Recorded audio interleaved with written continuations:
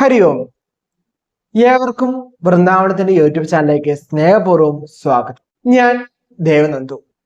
ഇന്ന് നമ്മൾ ചർച്ച ചെയ്യുന്നത് 1200 കൊല്ലവർഷത്തെ ഫലമാണ്. അതായത് ചിങ്ങം 1 മുതൽ കർക്കിടകം 31 വരെയുള്ള ഒരു വർഷക്കാലത്തെ ഫലമാണ്. കേരളയെ സംബന്ധിച്ചോളം പുതുവർഷമാണ് അല്ലെ. ഈ ഒരു വർഷത്തിൽ എന്ന് പറയുന്നത് നമുക്ക് ഒത്തിരി ആഗ്രഹങ്ങളോടെയാണ് ഈ ഒരു വർഷം നമ്മൾ നോക്കി കാണുക എന്ന് പറയാം. ഈ ഒരു ഫലത്തിന് വളരെയധികം പ്രാധാന്യമുണ്ട് അല്ലെ.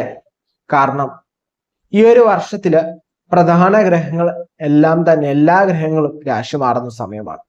വ്യാഴം, ശനി, രാഹു, കേതുക്കൾ എന്നിവ രാശി മാറുന്ന സമയമാണ്.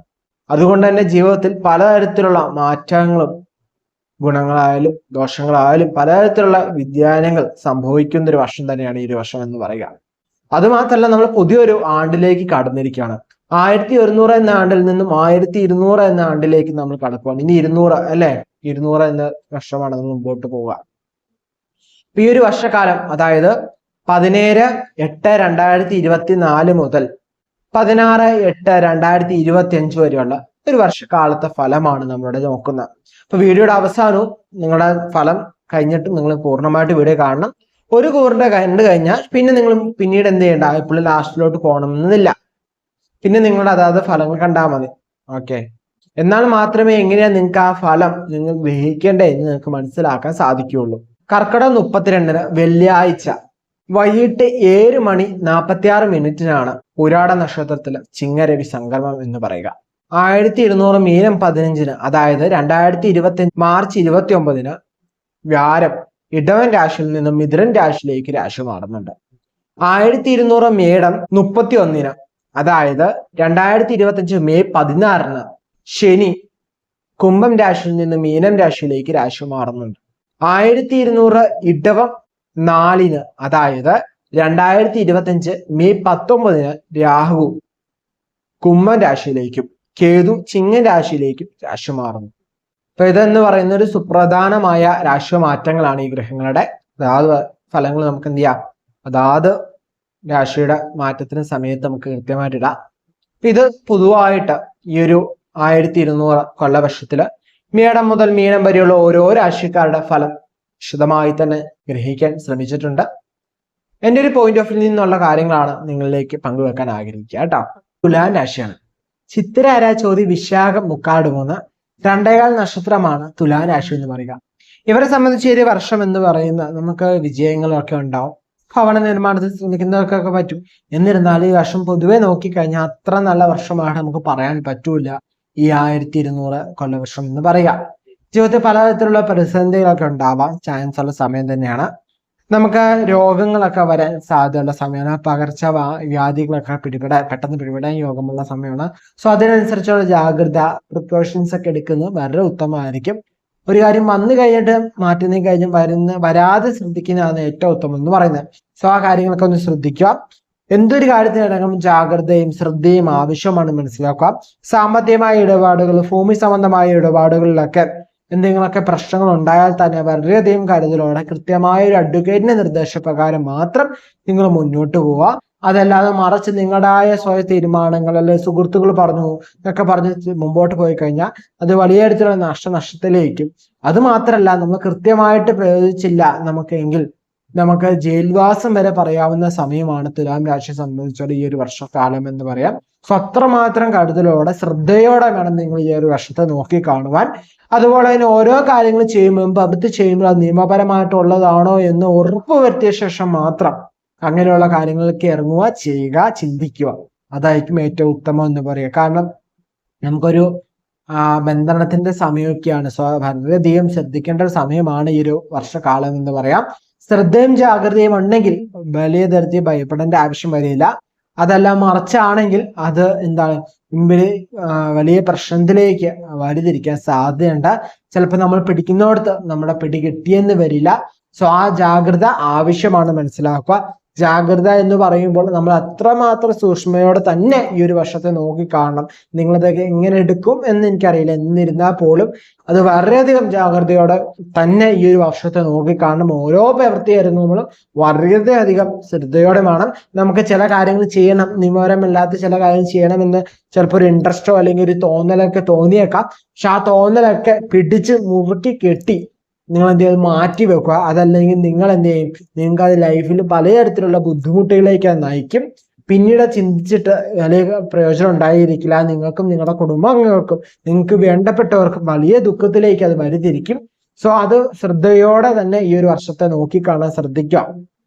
ഓക്കെ, ഈ വർഷത്തെ മൊത്തത്തിൽ അങ്ങനെയൊന്നുമല്ല, എന്നിരുന്നാൽ പോലും നിങ്ങൾ വളരെയധികം ശ്രദ്ധയോടെ തന്നെ ഈ ഒരു വർഷത്തെ നോക്കിക്കാണാൻ ശ്രദ്ധിക്കുക. ശാരീരികമായ കുറച്ച് ക്ലേശങ്ങള്, ശാരീരിക ബുദ്ധിമുട്ടുകളൊക്കെ അനുഭവത്തിൽ വരാൻ സാധ്യതയുള്ള സമയമാണ്. അഗ്നി സംബന്ധമായുള്ള വർക്കുകളൊക്കെ ചെയ്യുന്നവർ വളരെയധികം ശ്രദ്ധിക്കുക.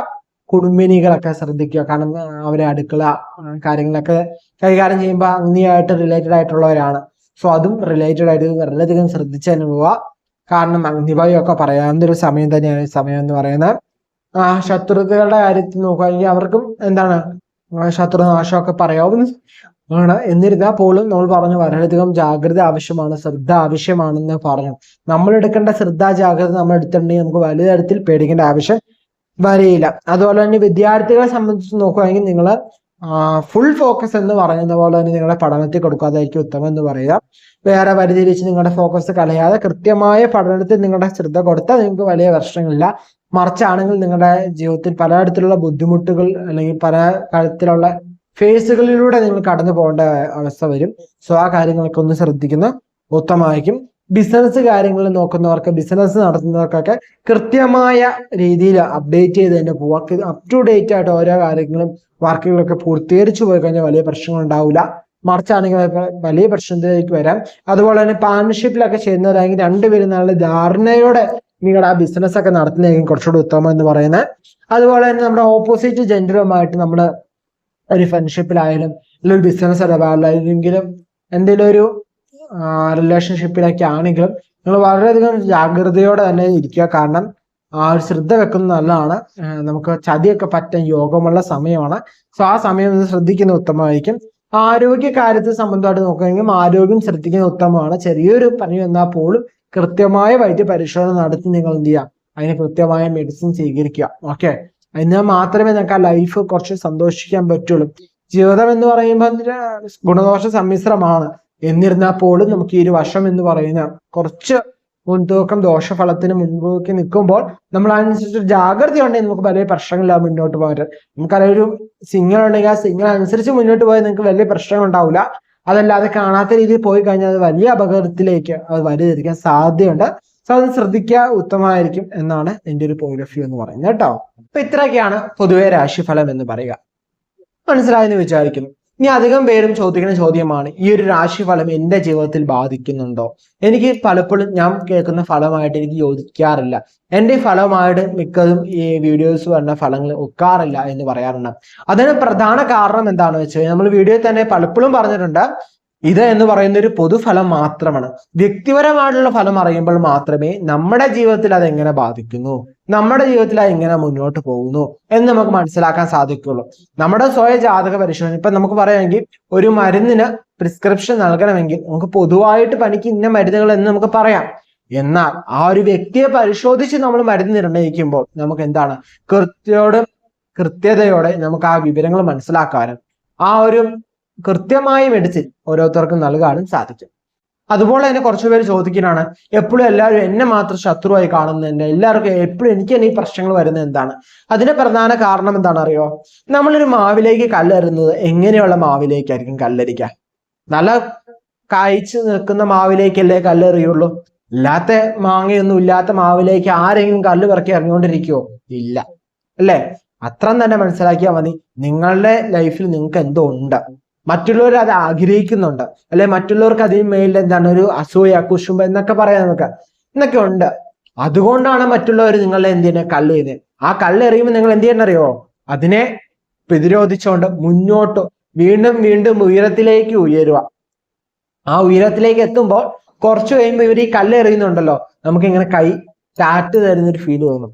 ഓക്കെ, നമ്മളെ നമ്മൾ മുകളിൽ നിന്ന് നോക്കുമ്പോൾ ഇവര് നമുക്ക് ടാറ്റ് തരുന്നൊരു ഫീൽ തോന്നും. ഹായ് എന്നൊക്കെ പറയുന്ന ഒരു ഫീൽ കിട്ടും.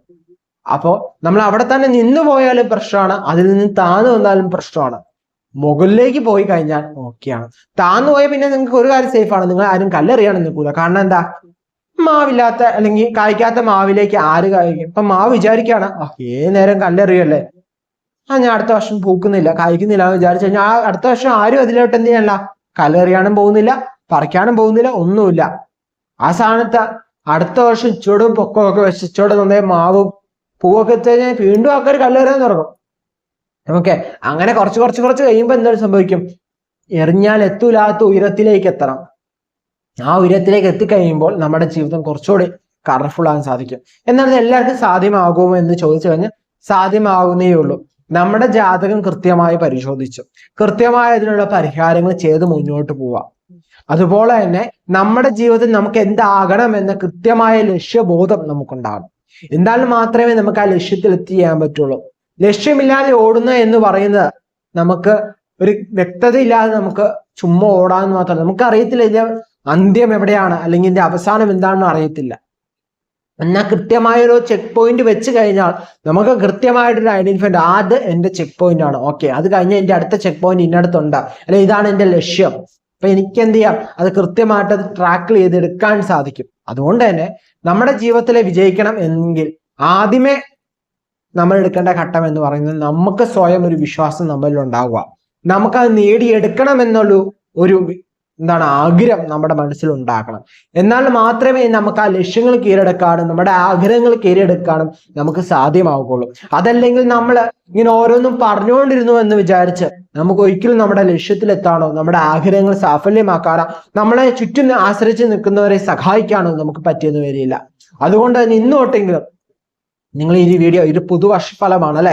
അപ്പൊ ഈ ചിങ്ങം 1-ാം തീയതി മുതൽ നിങ്ങൾ ഒരു കൃത്യമായ ഒരു റെവല്യൂഷൻ എടുക്കുക. ഇപ്പൊ 2024 തുടങ്ങിയപ്പോ പലരും കുറെ ചലഞ്ചസും കുറെ പ്ലാൻസും ഗോൾസും ഒക്കെ ഇട്ടിട്ടുണ്ട്. പക്ഷെ അത് പകുതി പേര് എന്ത് ചെയ്തിട്ടുണ്ടാവും, പകുതിക്ക് വെച്ച് നിർത്തിയിട്ടുണ്ടാവും. എന്നാൽ അതൊക്കെ പോട്ടെ, കുഴപ്പമില്ല. ഇതൊരു പുതുവർഷമാണ്, നമ്മുടെ കേരളത്തെ സംബന്ധിച്ചൊരു പുതുവർഷമാണ്. സോ അതുകൊണ്ട് തന്നെ എന്ത് ചെയ്യാം, ഈ ഒരു പുതുവർഷത്തിൽ നിങ്ങൾ കൃത്യമായി പ്ലാൻ ചെയ്ത് മുന്നോട്ട് പോകാൻ നിങ്ങൾക്ക് നല്ലൊരു വിജയത്തിലേക്ക് നിങ്ങൾക്ക് എത്താൻ സാധിക്കും.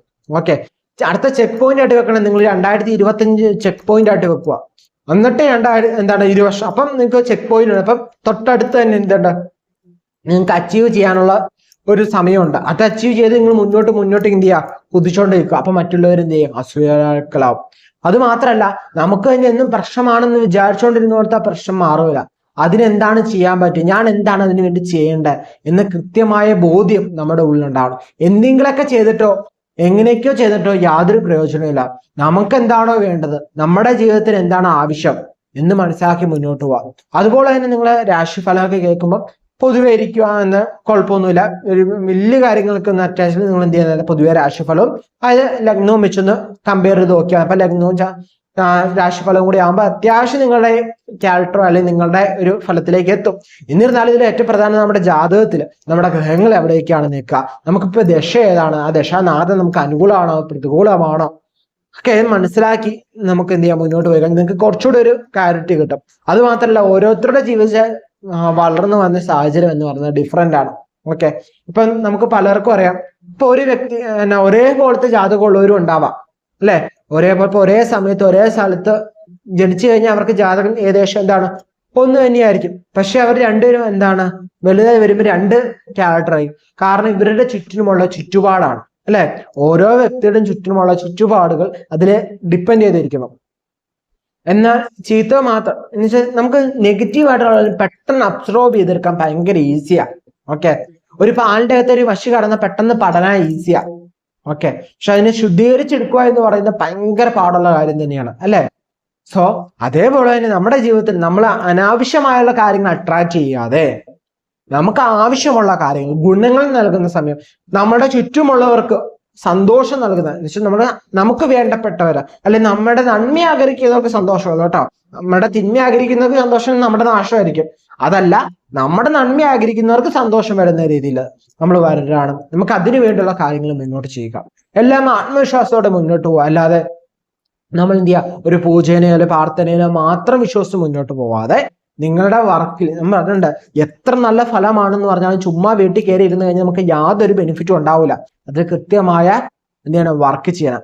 വർക്ക് ചെയ്യുമ്പോൾ ആക്ഷൻ ചെയ്യുമ്പോൾ എന്ത് ചെയ്യും, ദൈവം അവിടെ നിന്ന് നോക്കാം, ഓക്കെ അവൻ അധ്വാനിക്കുന്നുണ്ട്, ഓക്കെ അവന് ഫലം കൊടുത്തേക്കാം എന്ന് വിചാരിക്കും. താൻ ബാധി ദൈവം ബാധി. നമ്മൾ ചെയ്യാനുള്ള ചെയ്തിട്ടേ നമുക്ക് എന്ത് ചെയ്യാനുള്ളൂ, ദൈവത്തെ ആശ്രയിച്ചിട്ട് കാര്യമുള്ളൂ. അല്ലെ ദൈവത്തെ മാത്രം ആശ്രയിച്ചിട്ടല്ല, നമുക്കും ചെയ്യാനുള്ള എന്തെങ്കിലുമൊക്കെ ചെയ്യണം. എന്നാൽ മാത്രമേ നമുക്ക് എന്ത് ചെയ്യാൻ പറ്റുള്ളൂ, ആ ജീവിതത്തിലേക്ക് നമുക്ക് വിജയത്തിലേക്ക് എത്താൻ സാധിക്കുള്ളൂ. എന്താണ് ഈ ലാസ്റ്റത്തെ വീഡിയോ കുറച്ച് ലെങ്ത് ആയിട്ടുണ്ടെന്ന് തോന്നുന്നു. എന്നിരുന്നാലും ഇത് എന്താണ്, നിങ്ങളിലേക്ക് എത്തേണ്ടതാണ് കൃത്യസമയത്ത്. ഈ ഒരു കാര്യം നിങ്ങൾ അവസാനം വരെ കണ്ടിട്ടുണ്ടെങ്കിൽ അത് ഈശ്വരന് നിങ്ങൾക്ക് നൽകേണ്ട കാര്യം തന്നെയാണ്. കാരണം അത് ചിലവർക്ക് എന്താണെന്ന് വെച്ച് കഴിഞ്ഞാൽ എത്രയാലും ആ ഫലം മാത്രം കണ്ട് അതിന് വിചാരിക്കും, ഓക്കെ ഇതൊക്കെയാണ് ഫലം, ഓക്കെ എന്നാൽ വിചാരിച്ച് മുന്നോട്ട് പോകും. ദോഷഫലങ്ങളോ ദുഃഖിക്കുകയും നല്ല ഫലങ്ങളോട് സന്തോഷിക്കും. പക്ഷെ ഈ ഒരു വർഷക്കാലം കഴിയുമ്പോൾ ഇവർക്ക് ജീവിതത്തിൽ യാതൊരു മാറ്റം ഉണ്ടായിട്ടുണ്ടാവില്ല. കാരണം എന്താ, നിങ്ങൾ തന്നെയാണ്. നമ്മുടെ ജീവിതത്തിൽ നമ്മൾ ഇന്ന് എന്താണോ അതിന് പ്രധാന കാരണം നമ്മൾ തന്നെയാണ്, അല്ല മറ്റുള്ളവരല്ല. ഓക്കെ, അതിന് വേണ്ടുള്ള കാര്യങ്ങൾ നമ്മൾ മുന്നോട്ടുള്ള കാര്യങ്ങൾ നമ്മൾ ചെയ്തിട്ടില്ല, അല്ലെങ്കിൽ അത് അന്വേഷിച്ചിട്ടില്ല. അന്വേഷിപ്പിൻ കണ്ടെത്തൂ എന്നാണ് പറയുന്നത്. നമ്മൾ അന്വേഷിച്ചാൽ എന്തൊരു കാര്യം കണ്ടെത്താൻ സാധിക്കുള്ളൂ, അല്ലെ? അപ്പം നിങ്ങളുടെ ജീവിത വിജയത്തിന് വേണ്ടിയുള്ള മാർഗങ്ങൾ കണ്ടെത്താൻ ശ്രമിക്കുക, അതിനു വേണ്ടിയുള്ള പരിശ്രമങ്ങൾ ചെയ്യുക. എന്നാൽ മാത്രമേ ജീവിതത്തിൽ വിജയിക്കാൻ സാധിക്കുള്ളൂ. അതുപോലെ തന്നെ നിങ്ങളുടെ പേര് നക്ഷത്രം താരെ കമന്റ് ചെയ്യുകയാണെങ്കിൽ നമ്മുടെ ക്ഷേത്രത്തിൽ നടക്കുന്ന പൂജയിലും വഴിപാടിലും നിങ്ങളുടെ പേര് നക്ഷത്രം ഉൾപ്പെടുത്തുവാനായിരിക്കും. നമ്മുടെ ചാനൽ സബ്സ്ക്രൈബ് ചെയ്തിട്ട് എന്ത് ചെയ്യുക, പേരും നക്ഷത്രവും കമന്റ് ചെയ്യാൻ ശ്രദ്ധിക്കുക കേട്ടോ. അതുപോലെ തന്നെ ഈ വീഡിയോ സുഹൃത്തുക്കൾക്ക് ആർക്കെങ്കിലും ഉപകാരപ്പെടും എന്ന് തോന്നിക്കഴിഞ്ഞാൽ അവർക്കും കൂടി ഒന്ന് ഷെയർ ചെയ്ത് കൊടുക്കുക കേട്ടോ.